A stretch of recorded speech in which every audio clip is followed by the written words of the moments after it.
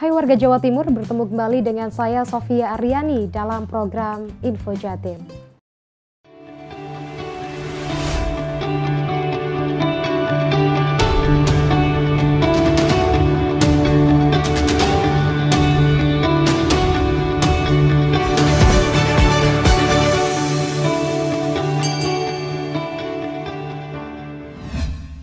Kita mulai dari kota Surabaya. Wakil Gubernur Jawa Timur Emil Elestianto Dardak mengajak segenap tim pengendalian inflasi daerah Jawa Timur untuk menjaga lonjakan inflasi di Jawa Timur. Dan untuk menjaga inflasi di Jawa Timur, Wagub Emil pun mengusulkan 4 strategi sebagai upaya pengendalian.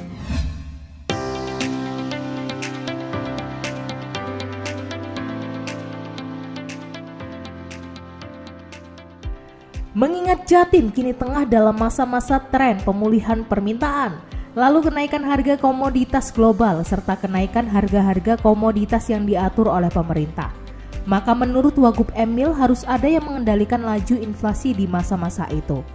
Dan untuk mencapai sasaran inflasi nasional, maka perlu penguatan dan optimalisasi strategi ini melalui stabilisasi harga, penguatan pasokan, kerjasama perdagangan antar daerah, serta penguatan koordinasi pusat dan daerah.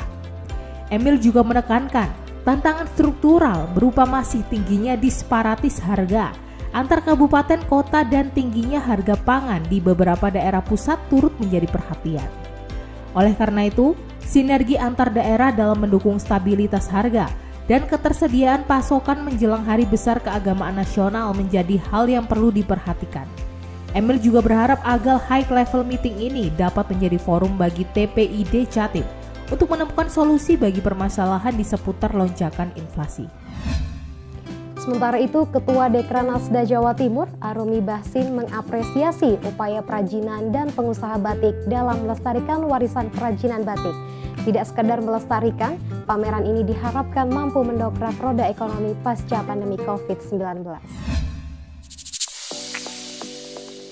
Menurut Arumi, selain memperkenalkan warisan budaya batik, pameran ini sebagai langkah nyata untuk memberdayakan pelaku UMKM, serta sebagai wujud pemulihan ekonomi pasca pandemi. Sementara itu, Grebek Batik tidak sekedar memberdayakan pelaku UMKM, melainkan juga turut mempercepat pemulihan ekonomi yang dibarengi dengan kampanye Bangga Buatan Indonesia. Dan diharapkan dari acara ini bisa mendorong pelaku UMKM untuk mengelas hingga produknya bisa tembus luar negeri. Melalui pamerannya yang diselenggarakan selama 5 hari itu, Arumi berharap pasca pandemi pameran Grebek Batik Indonesia bisa menjadi peluang bagi perajin batik untuk meningkatkan ekonomi pasca pandemi. Adapun jumlah peserta pameran perajin dan pengusaha batik kali ini yaitu sebanyak 71 orang yang berasal dari Papua, NTT, NTB, Kalimantan, Bali, Jatim, Jateng, Jawa Barat, dan Jawa. Selain produk batik, pameran ini juga menyediakan berbagai macam aksesoris hingga kerajinan kain tenun dari NTB dan NTT. Ketua Dewan Kerajinan Nasional Daerah Provinsi Jawa Timur, Arumi Bahsin, mengapresiasi pelaksanaan East Java Muslim Fashion Festival. Acara ini dianggap mampu menjadi salah satu penanda bangkitnya ekonomi masyarakat.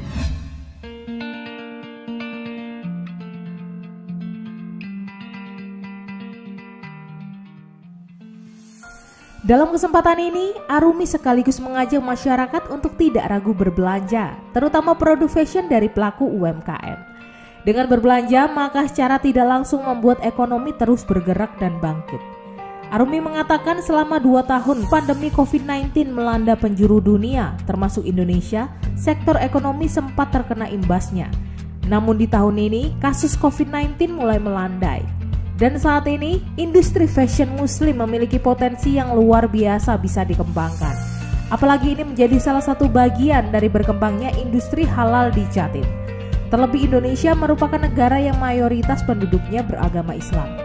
East Java Muslim Festival ini digelar dari tanggal 10 hingga 24 April tahun 2022 di Mall Ciputra World Surabaya.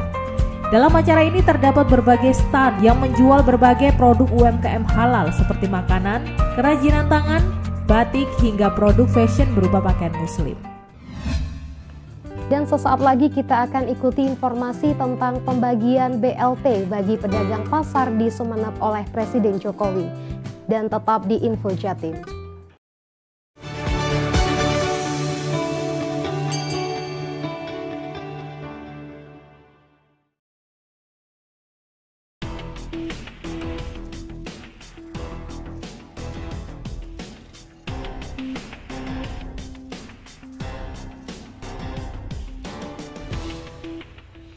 Penasaran kapan pandemi ini selesai?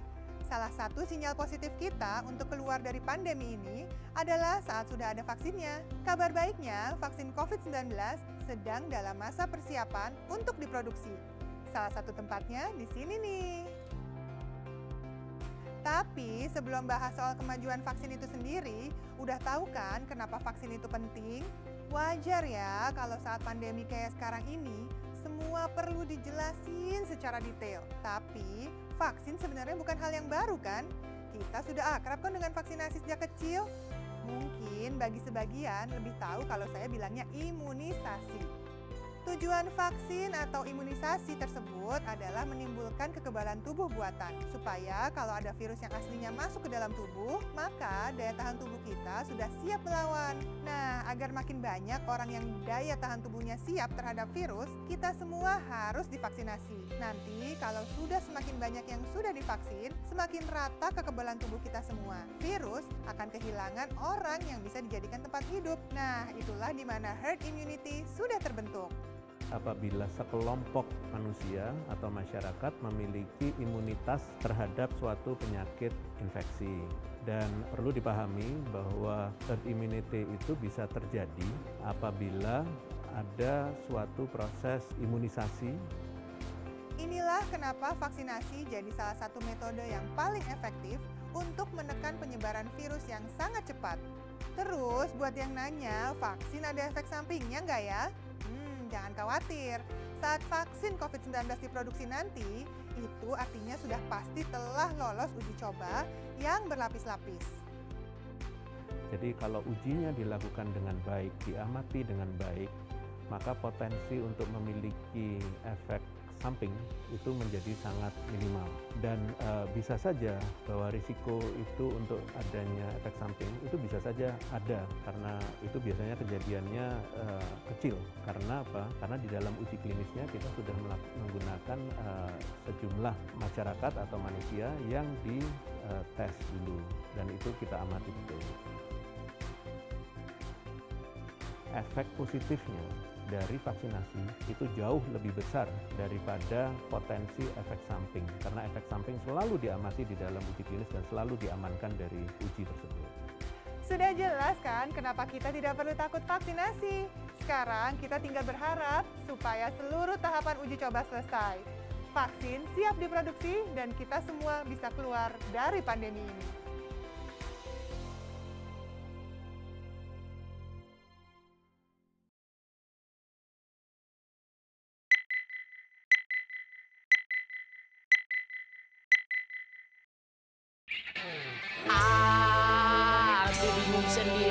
Aku bingung sendiri, yang mana? Aku petugas yang lagi bimbang hatinya. Di depanku ada cewek cantik yang menggoda. Dari jauh dia pun mulai bermain mata. Mas, panggil aku duluan dong, please. Di sana ada bos tajir yang dengan gagahnya datang memamerkan seluruh isi dompetnya, yang sepertinya minta duluan diterima. Bisa duluin saya, Mas? Sementara ada ibu yang sedari tadi rempong mondar mandir tak sabar duduk berdiri, dengan mulutnya seakan siap untuk mencaci. Mas, aku ciwes cueng teni. Tapi antriannya harusnya bapak yang ini lama menanti dengan sabar dan ikhlas hati. Haruskah beliau kan ku tinggal ku lewati? Aku harus bagaimana ini? Pegang nilai profesi, tidak diskriminasi, ku pilih sesuai nomor antri.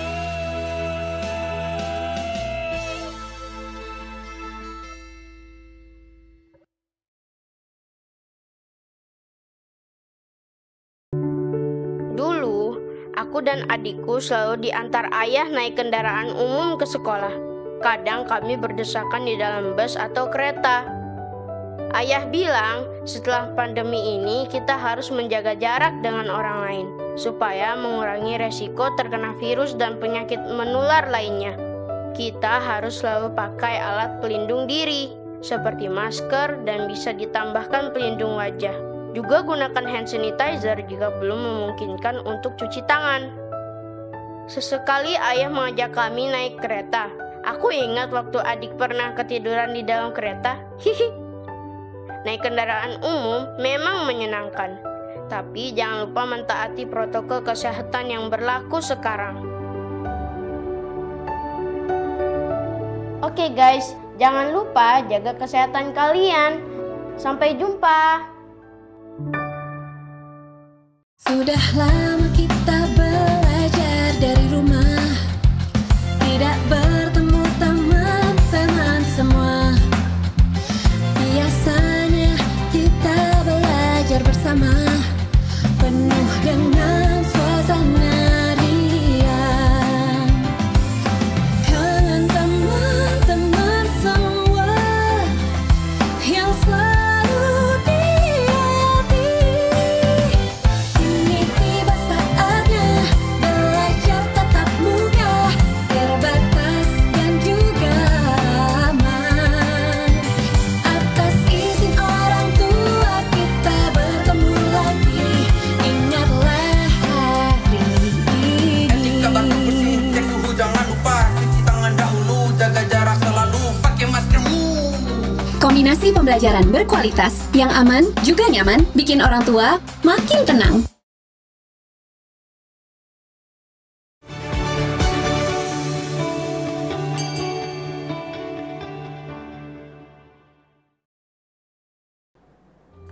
Terima kasih Anda masih bersama kami. Presiden Joko Widodo menyalurkan langsung sejumlah bantuan sosial bagi penerima manfaat dan para pedagang di Pasar Anom dan Pasar Bangkal Baru, Kabupaten Sumeneb, Provinsi Jawa Timur. Presiden mengatakan penyaluran bantuan langsung tunai minyak goreng hingga saat ini terus berlangsung dan berjalan dengan baik.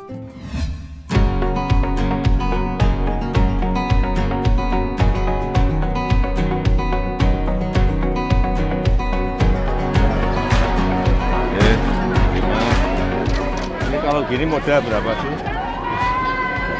Modal berapa gini? Itu tulisannya 600 Pak. Nah ini 600. Ini kalau dikasih 100 jual kan sudah beli. Kenal siapa beliau? Prabowo, Pak. Siapa beliau? Senang sekali dan bisa membantu untuk kedepannya. Alhamdulillah. Terima kasih banget ya, alhamdulillah ini. Senang banget mau dibuat tambahan modal usaha dan untuk sehari-hari dan juga untuk kelangsungan setiap harinya lah pokoknya Mas. Dan ini dipakai apa sih? Ibu pakai apa? Tambahan modal usaha. Beli HP lah. Enggak. Enggak, Pak. Pasti. Beli HP pasti. Untuk modal Pak tambahan, Pak. Beli ini. Enggak. Baju, enggak. Mau turun, Pak. Ada yang lama sudah bajunya, Pak. Oh, ada. Ini dipakai untuk tambahan modal kerja, modal usaha, biar usahanya berkembang. Dari keuntungan bisa dibelikan baju, boleh keuntungan.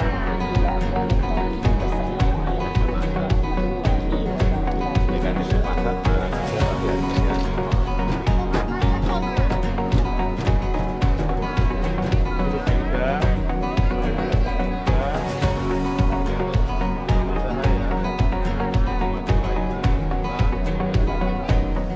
Kami sampaikan terima kasih banyak kepada Bapak Presiden sudah membantu kami orang yang di bawah ini sekaligus PKH sama bantuan pedagang.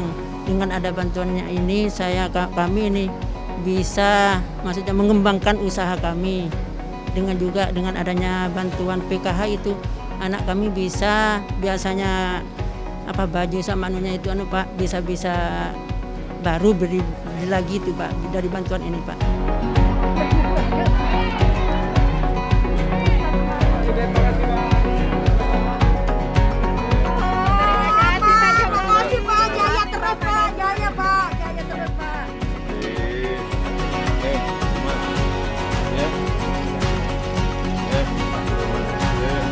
Rp35.000 nih, 1, 2, 3, ya ini. Galakong itu apa? Makasih. Galakong. Mau Bapak, aku dari buka.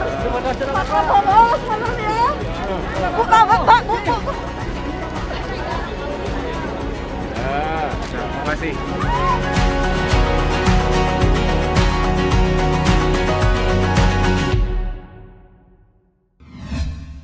Tidak hanya bagi para pedagang di pasar, Presiden Joko Widodo juga menyalurkan langsung sejumlah bantuan sosial bagi penerima manfaat di kalangan nelayan di Surabaya dan berikut liputannya.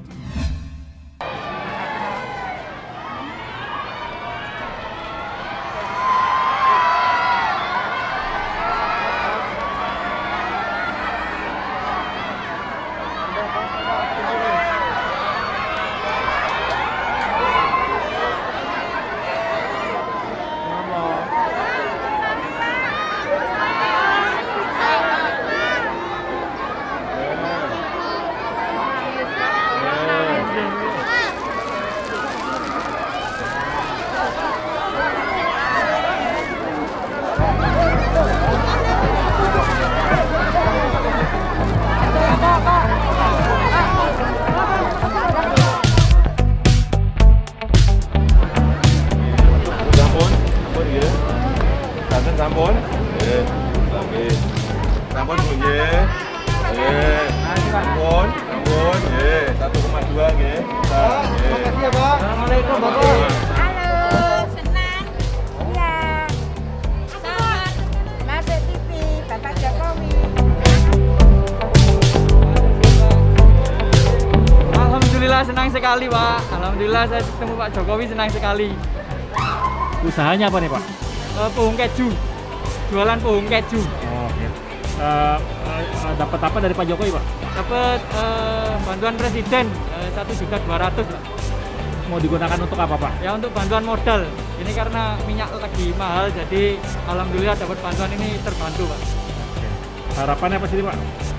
Semoga Pak Jokowi bisa menstabilkan harga, utamanya harga minyak, agar pedagang seperti kami bisa lancar usahanya Pak.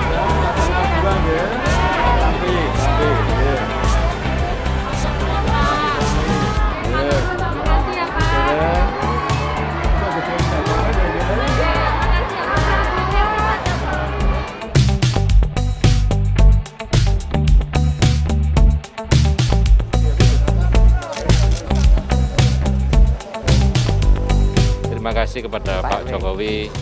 Kami sudah diperhatikan dapat bantuan berupa uang dan sembako, alat tangkap, mesin.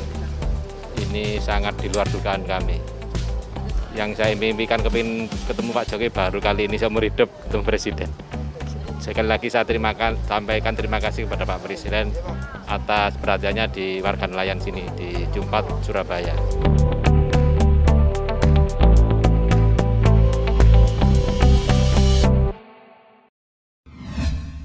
Informasi tadi sekaligus mengakhiri info Jatim saat ini. Anda dapat saksikan kembali tayangan saat ini di YouTube channel kami, Lentera TV Media, dan website kami, lentera.tv/live. Dan jangan lupa subscribe akun YouTube kami. Saya Sofia Aryani, terima kasih dan sampai jumpa.